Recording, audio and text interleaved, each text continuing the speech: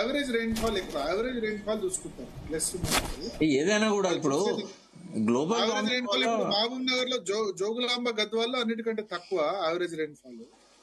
So అక్కడ average rainfall ప్రకారం చూస్తే ఆదిలాబాద్ లో మైనస్ ఉండొచ్చు, కానీ ఓవరాల్ గా రెయిన్ఫాల్ ఎక్కువనే ఉంది ఆదిలాబాద్. టెక్నాలజీ పెరిగిన తర్వాత మనము ఈ డ్యాములు కట్టుకుంటున్నాము, బ్యారేజీలు కట్టుకుంటున్నాము, నదుల నీళ్లను మనం మన అవసరాలకు మళ్లించుకోవడం అనేది విజ్ఞతతో కూడింది.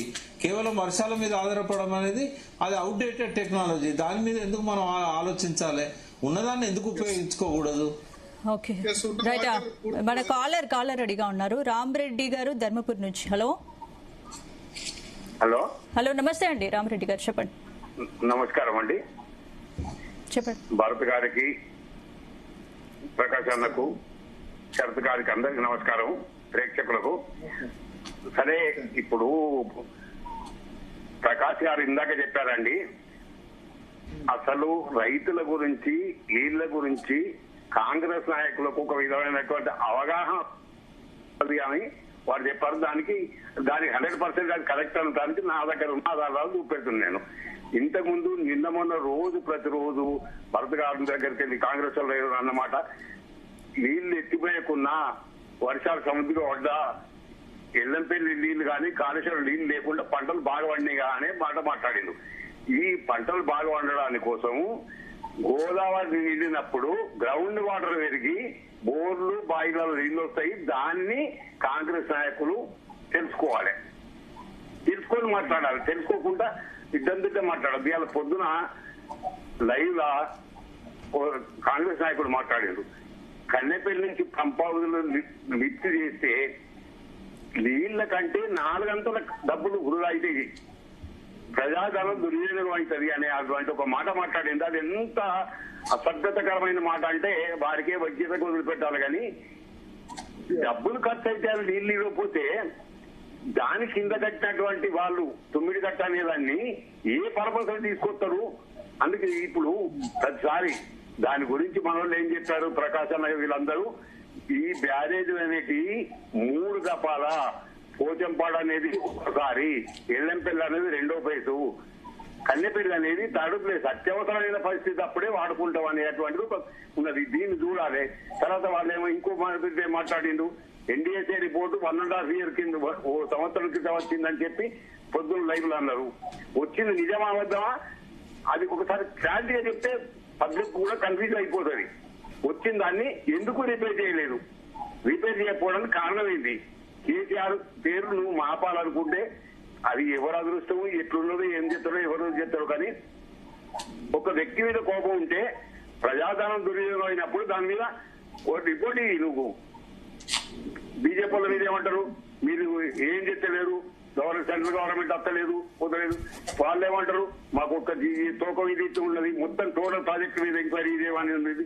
అంటే నీకు ధైర్యం లేని మాట ఇటు మాట్లాడతారు తెలియదు, అటు మాట్లాడతారు తెలియదు. ఇంత శరత్ గారు అన్నారు, నింద 2-3 రోజుల కింద, వారం రోజుల కింద ఇరిగేషన్ మినిస్టర్ గారు ఓ రకంగా మాట్లాడింది, ఇవాళ ఓ రకంగా మాట్లాడుతున్నారు. అంటే బల్బును చూసుకొని వాపనే పదం ఉన్నట్టుంది కాంగ్రెస్ నాయకులకు. ఎందుకంటే పాన్లు కొడితే నీళ్ళు మేము చేసామంటారు, లేకపోతే లేదు. సరే, ఒకటే మాట, ఇప్పుడు వాళ్ళు వీళ్ళు అనేది ఏంటంటే ఎవరు చేసినా ప్రజాధనంతోనే ప్రజల అవసరాల కోసం వాడుకునేటువంటి ప్రాజెక్టులే. దీన్ని కాదనడానికి ఎవ్వరు కాదనే ఆలోచన లేదు. ఇప్పుడు పంపింగ్ చేసుకుని నంది పంపాలు టీఆర్ఎస్ వాళ్ళు మేము కట్టమంటారు. మరి కాదా? ధైర్యంతో కాంగ్రెస్ వాళ్ళు చెప్పగలుగుతారా? చెప్పలేదు. మాట ఇట్లాంటి విషయాలు, తప్పుడు ఆరోపణలు, ఒకరి మీద ఒకరు పెట్టుకున్నాడు, నా మీద నువ్వు, నేను మీద నేను, ఇంకోలేమో మాట్లాడతారు ధరంపూర్ నాయకులు కొంతమంది. ఈ డిపాజిట్ రాని వాళ్ళు అంటారు. డిపాజిట్ ఎవరికి డిపాజిట్ వస్తుంది, ఎవరికి డిపాజిట్ రాదు.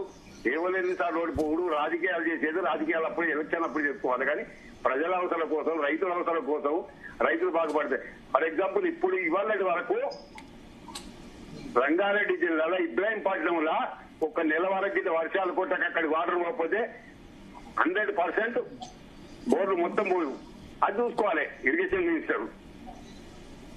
ఇవి ఇట్లాంటి విషయాలను ఆలోచన లేకుండా ప్రకాష్ గారు చెప్పిండు. దాన్నన్నా స్పష్టంగా భరత్ గారు కాంగ్రెస్ నాయకులకు వారు చెప్పిన మాట, ప్రకాష్ గారు చెప్పిన మాట ప్రతిదీ రాజకీయంగా కాదు, రాజకీయ పార్టీ కాకుండా ఇవాళ రాజకీయ పార్టీని తీసుకొని చాలా మంచి పని చేశారు. ఎందుకంటే వాళ్ళంటే కుక్కలు కొట్టాలన్నట్టు కొట్టారు, వీళ్ళు పెట్టుకుంటారు. ప్రకాష్ గారు చెప్పినప్పుడు భరత్ గారు విన్నారు, భరత్ గారు చెప్పినప్పుడు శరత్ గారు వింటూరు, వస్తుంది ఇట్లాంటి విషయం. క్లారిఫై చేయాలి. ఈ పవర్ ఎక్కువ అవుతుంది అన్నది నా ఉద్దేశంలో కరెక్ట్ కాదు. ఎందుకంటే ఎల్లంపల్లికి మేడిగడ్డకు డిఫరెన్స్ ఏంటంటే మేడిగడ్డ దగ్గర నుంచి ఎత్తిపోస్తే 100 మీటర్ల దగ్గర నుంచి 620 మీటర్ల వరకు ఎత్తిపోయారు, అంటే 520 మీటర్లు ఎత్తిపోయారు. ఎల్లంపల్లి నుంచి అయితే 148 నుంచి 620 మధ్యలో వచ్చేది ఒక 48 మీటర్లే అడిషనల్ మేడిగడ్డకు. ఎల్లంపల్లి నుంచి వాటర్ లిఫ్ట్ చేయాలన్నా పవర్ దాదాపు అంతే పడుతుంది. పవర్ ఏంది 100 నుంచి 140, 520 మీటర్లు ఎత్తిపోసినప్పుడు ఒక 48 మీటర్లు తక్కువ అవుతుందేమో అంతే. So power cost almost same. Mid Manair నుంచి ఎత్తిపోస్తే, మిడ్మానేర్ కు వాటర్ ఎత్తిపోస్తే సగం వరకు పవర్ కాస్ట్ తగ్గుతుంది. ఎందుకంటే 318 మీటర్ల నుంచి 620 మీటర్లు అంటే 300 మీటర్లు, 520 మీటర్ల బదులు 300 మీటర్లు కాబట్టి తగ్గుతుంది. సో ఈ విషయంలో క్లారిటీ ఉండాలి. ఎల్లంపల్లి నుంచి ఎత్తిపోసినా ఆల్మోస్ట్ అంతే, ఒక 10% పవర్ కాస్ట్ తగ్గుతుంది అంతే తప్ప మిడ్మానేర్ నుంచి ఎత్తిపోస్తే 50% తగ్గుతుంది మిడ్మానేర్ కు వాటర్ వస్తే. So power cost almost same అనే అనుకోవాల్సి ఉంటుంది, ఒక 10% తక్కువ. Yes, next caller. Right, next caller Ravinder Hyderabad నుంచి. హలో హలో, నమస్తే రవీందర్ గారు. నమస్తే అండి. చెప్పండి. నమస్తే భరత్ గారు, నమస్తే ప్రకాష్ గారు, నమస్తే సార్.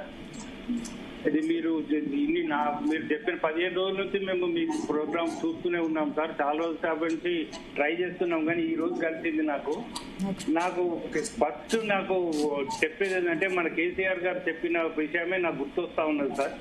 వాళ్ళు ఈ కాళేశ్వరం ప్రాజెక్టు కట్టిన ముఖ్య ఉద్దేశము మొదటి పంట కాల్వ మన మామూలుగా అయితే గోదావరి అంటే ఇప్పుడు మనకు తెలంగాణలో 2 పార్ట్స్ లాగా ఉన్నాయి సార్.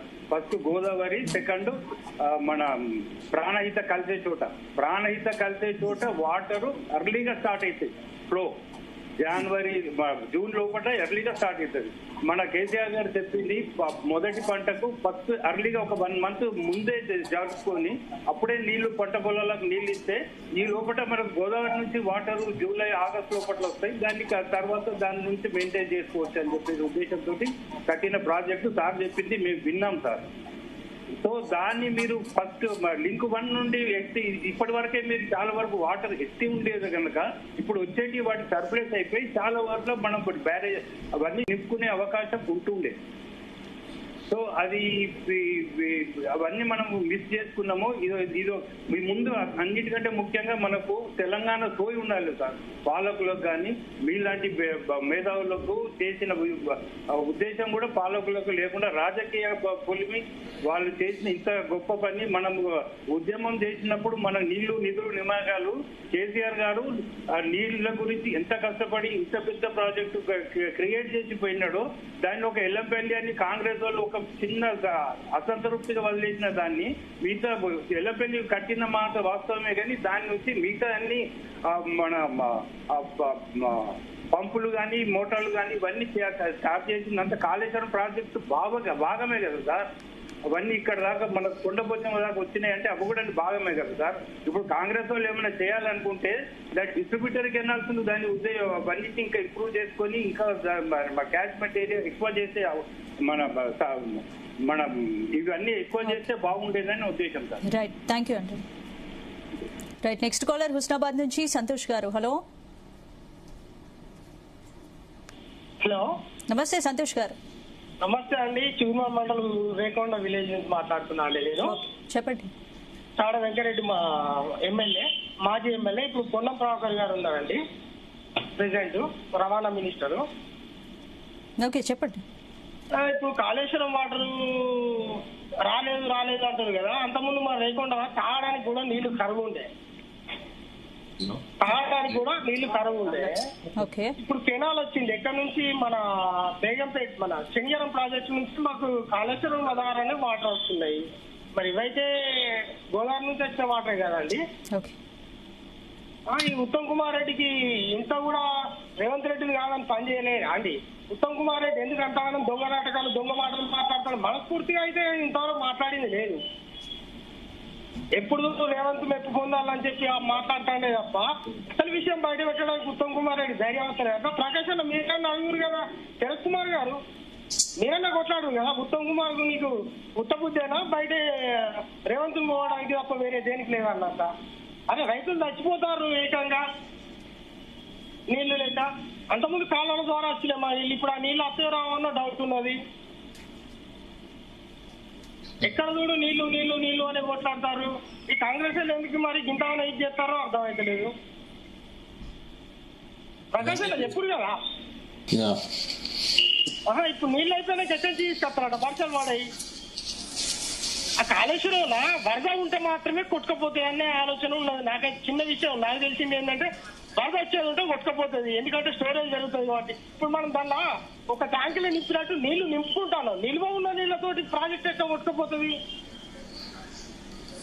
నిల్వ ఉన్న నీళ్ళు ఏమన్నా ఫోర్స్ ఉంటుందా? దానిలో ఫోర్స్ ఉంటుంది కదా, ఓన్లీ నీళ్ళు నింపుకుంటాం మనం, ఫోర్స్ లేదు కదా వాటర్ కు, ఎట్లా కొట్టుకపోతుంది? అది రేవంత్ రెడ్డి నీళ్ళ గురించి తెలుస్తా కదా. ఇప్పుడు ఉత్తమ్ కుమార్ రెడ్డికో ఇంజనీర్లకో అయితే తెలుసు కదా, ఎప్పుడు కానీ ఫ్లో ఉంటేనే ప్రాజెక్టులు అనేది కొట్టుకపోతాయి. మనం దాన్ని స్టోరేజ్ చేసుకుంటాం, ఎక్కడ పైపుల ద్వారా నీళ్లు ఎక్కించుకుంటాను, పైకి ఎక్కించుకుంటాను, దానికి ఫ్లో ఉండదు కదా, ప్రాజెక్టు కొట్టుకుపోదు కదా. ఎప్పుడు కానీ గాడిప వచ్చేది ఉంటేనే మనం మనసులో అటు ఇటు జరుగుతాం, వాటర్ వచ్చేది ఉంటేనే కొంచెం ప్రెషర్ పడి ప్రాజెక్టు కుంగిపోవడానికో కూలిపోవడానికో అవకాశం ఉంటది. అక్కడ మనం నీళ్లు నింపుకుంటాం, మనం నీళ్లను నింపుకుంటాను, ఫ్లోతో తీసుకొచ్చుకుంటలేము. ఫ్లోతో వచ్చిందంటే కొట్టుకపోతుంది, ఓకే. మనం నీళ్ళని నింపుకుంటున్నాం కదా, వరద లేకపోతే కెనాల్ తీసి కదా. థ్యాంక్ యూ సంతోష్ గారు, మీ క్వశ్చన్ ఆన్సర్ చెప్తారు. ప్రకాష్ గారు చెప్పండి. సంతోష్ గారు చెప్పేది 100% కరెక్ట్.